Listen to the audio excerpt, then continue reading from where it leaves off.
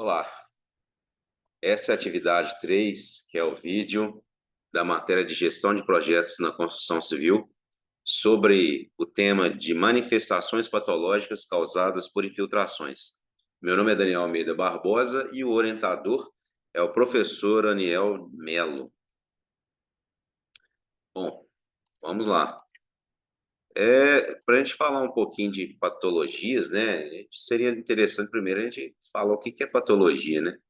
Patologias na construção civil são doenças, né, que acometem a, vamos dizer assim, a matéria-prima, ou desde a estrutura do início da construção, né, e isso até o fim da obra, né. Eu costumo dizer que se uma obra começa a ser construída errada, há grande chance dela terminar e trazer muitos transtornos, né, por causa desses erros.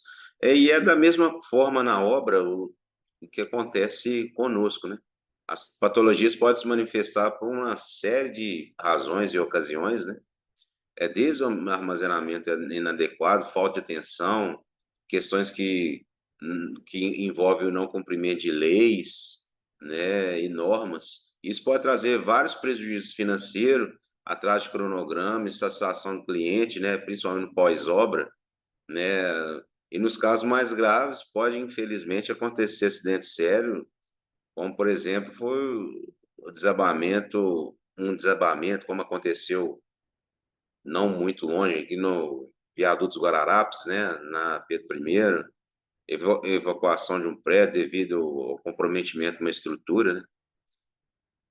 E, infelizmente, esses tipos de coisas pode acontecer a qualquer momento, né, em qualquer etapa da construção.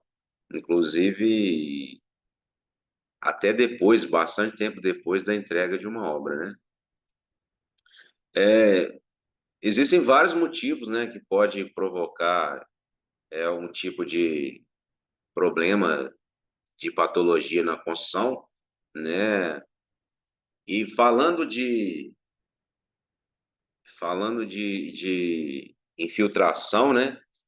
A gente pode ter problema desde um problema numa calha, né, que direciona a água da chuva. Às vezes essa calha está até mesmo uma obstrução ou um mau dimensionamento do volume que essa calha recebe, ou do conduto que a água vai escoar por ele, né?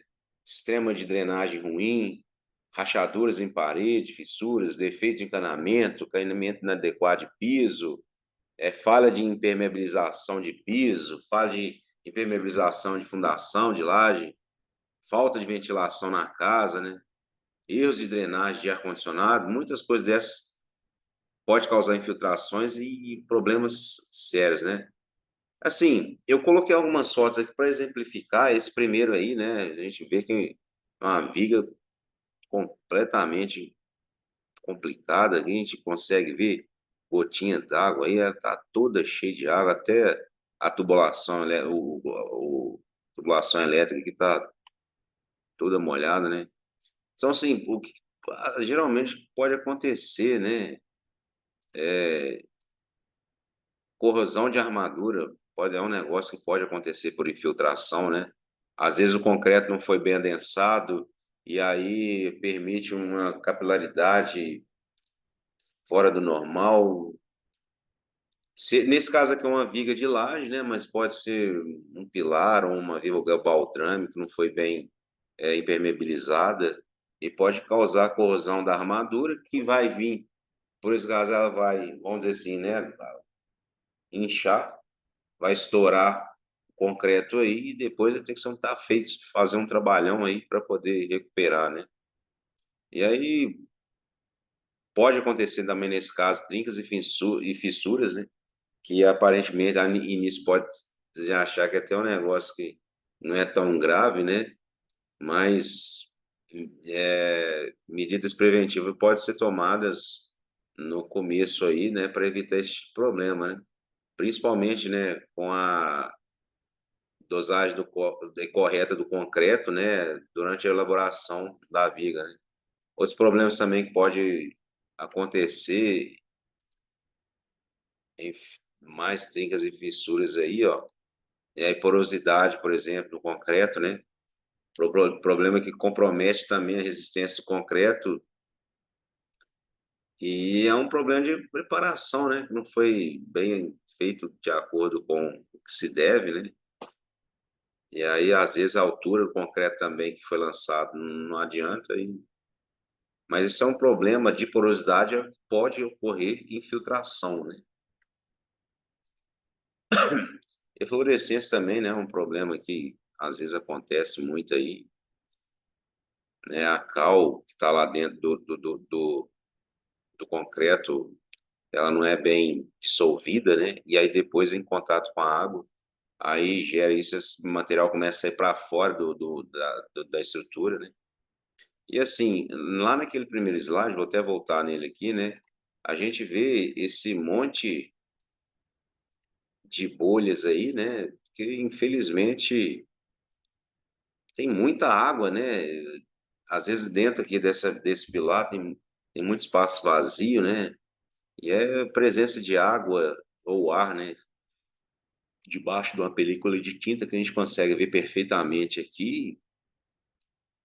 Essa umidade é grande vilã nesses casos, né? E poderia ser evitado com uma impermeabilização da estrutura aí, né? E aí o problema, né, que a infiltração faz, que é muito corriqueiro, infelizmente, né, que é a presença, né, de mofo, né? A formação de mofo, além de acabar com o visual do ambiente, né, ele pode ser bastante prejudicial para a saúde das pessoas que moram naquele lugar, né, trazendo doenças, né, porque mofo, na verdade, é um fungo, né? Esse fungo pode ser tóxico, causando doenças bem graves, né? As fissuras e trincas, né? A infiltração pode gerar essas trincas, né? Que ocorrem, que ocorrem na estrutura. É, a infiltração pode acontecer por causa da presença de fissura ou trinca, e essas trincas também podem acontecer por causa da infiltração, né? E pode comprometer a estrutura também, e especialmente se for localizado nas paredes de teto de sustentação, né? E aí algumas formas de se resolver esse problema de filtração. Lembrando assim, ó, que a infiltração em si, né, ela pode ser um dos piores vilões da construção civil, né? Porque ela é, na verdade, estrago que foi causado por água e umidade em excesso, né? E uma medida que pode ser usada para poder resolver a infiltração é a impermeabilização, né? E existem vários tipos de impermeabilizações, cada uma adequada para cada caso, né? É, e aí tem que ser avaliado pelo profissional. Por exemplo, essa aí foi feita, essa foto aí, uma impermeabilização, né? Com impermeabilizante com tipo uma argamassa polimérica, né? Para poder passar na parede, né? Existe também outra forma de se fazer, que é com a manta asfáltica, né? Isso aí é mais para lajes, né? Lembrando também, né, que às vezes a pessoa vai construir próximo a um talude e aí tem que ser observado esses espaçamentos mínimos, né? Porque a gente sabe que existe o fenômeno da capilaridade, que a água tende a subir também na estrutura. E se não tiver, principalmente a base da edificação, não tiver bem impermeabilizada, fatalmente vai acontecer, né? E aí acontece esse tipo de problema que a gente vê aí, ó, esses mofos aí, né, que ocorre, né? Então, sim, as infiltrações podem ocorrer, viu? Excesso de chuva, uma tubulação que rompeu, né? Uma casa, uma edificação que foi construída próximo a um costado, ou uma piscina que não foi bem dimensionada e houve fissuras por causa da carga, e aí essa água permeou pelo solo lá e chegou na casa.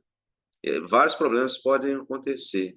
E a maioria desses problemas a gente tem que corrigir, na maioria das vezes, com impermeabilização. E como eu falei, existem vários tipos de impermeabilizantes, e aí cada caso a gente tem que se analisar, né? Porque geralmente a gente tende a tratar, as pessoas que não têm conhecimento tendem a tratar o problema da infiltração pelo lado de dentro da edificação. Mas, na verdade, ela deveria ser tratada no lado onde está ocorrendo, né? Na maioria das vezes a gente vai perceber um problema do mofo, principalmente, ou um descolamento de uma tinta, uma bolha, né? Descolamento do reboco, alguma coisa assim, do lado de dentro, né? E, na verdade, esse problema pode estar vindo de fora para dentro. Em alguns casos também, além da, das... Existe tipo, tinta, que elas são emborrachadas, que dá para pintar o lado externo também, para poder ajudar na impermeabilização. E aí tem a questão aí, isso aí, né, como essas argamassas poliméricas aí, né, que podem ser aplicadas para poder evitar. Bom, então é isso aí. Era isso que eu tinha para falar um pouquinho sobre infiltração, né?